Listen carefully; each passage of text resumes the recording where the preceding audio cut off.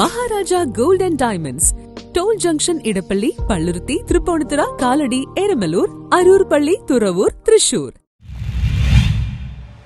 Kuthiyathode west മണ്ഡലം 13-ാം ward committee സംഘടിപ്പിച്ച മഹാത്മാഗാന്ധി കുടുംബ സംഗമം മുൻ മേയർ ടോണി ചമ്മണി ഉദ്ഘാടനം ചെയ്തു. കുത്തിയതോട് വെസ്റ്റ് മണ്ഡലത്തിലെ 13-ാം വാർഡ് കമ്മിറ്റി സംഘടിപ്പിച്ച മഹാത്മാഗാന്ധി കുടുംബ സംഗമം KPCC സെക്രട്ടറിയും മുൻ കൊച്ചി മേയറുമായ ടോണി ചമ്മണി ഉദ്ഘാടനം ചെയ്തു. അവരുടെ മത്സ്യബന്ധനത്തെയും ജീവനോപാധിയെയും ബാധിക്കുന്ന ആ ശ്രമത്തിനെതിരെ എത്ര ശക്തി ഉപയോഗിച്ചാണെങ്കിലും അതിനെതിരെയുള്ള അതിശക്തമായ നിലപാട് സ്വീകരിക്കുമെന്ന് ഇന്ത്യൻ നാഷണൽ കോൺഗ്രസ് തീരുമാനിച്ചു.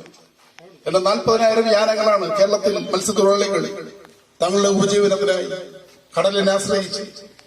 അത് മത്സ്യത്തൊഴിലാളികളുടെ മാത്രം പ്രശ്നമല്ല പ്രിയപ്പെട്ടവരെ, പാരിസ്ഥിതികമായ വലിയ പ്രത്യാഘാതം നമ്മുടെ സംസ്ഥാനത്ത് ഉണ്ടാക്കാൻ പോകുന്നതാണ് കേന്ദ്ര ഗവൺമെന്റ് കടൽ മണൽ ഖനനവുമായി മുന്നോട്ട് പോകുന്നത്. അതിനെതിരെയുള്ള വലിയ സമരം രാജ്യത്ത് കോൺഗ്രസ് പാർട്ടി ആരംഭിക്കുക. കേരളത്തിൽ കഴിഞ്ഞ 9 വർഷക്കാലമായി ഈ ഗവൺമെന്റ് തയ്യാറെടുത്തിരിക്കുന്നു. ഈ ഗവൺമെന്റ് പുതുതായി ഏതെങ്കിലും പദ്ധതികൾ കൊണ്ടുവന്നതായി നമുക്ക് കേൾക്കാൻ സാധിക്കും.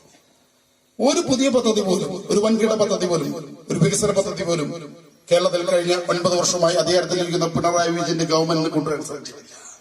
2011 മുതൽ 2016 വരെ കേരളത്തിൽ അധികാരത്തിലുണ്ടായ ഉമ്മൻചാണ്ടി ഗവൺമെന്റ് തുടക്കം കുറിച്ച വികസന പദ്ധതികളുടെ തുടർച്ച മാത്രമാണ് നമ്മുടെ കേരളത്തിൽ നടക്കുന്നത്. നിങ്ങൾ പരിശോധിക്കും.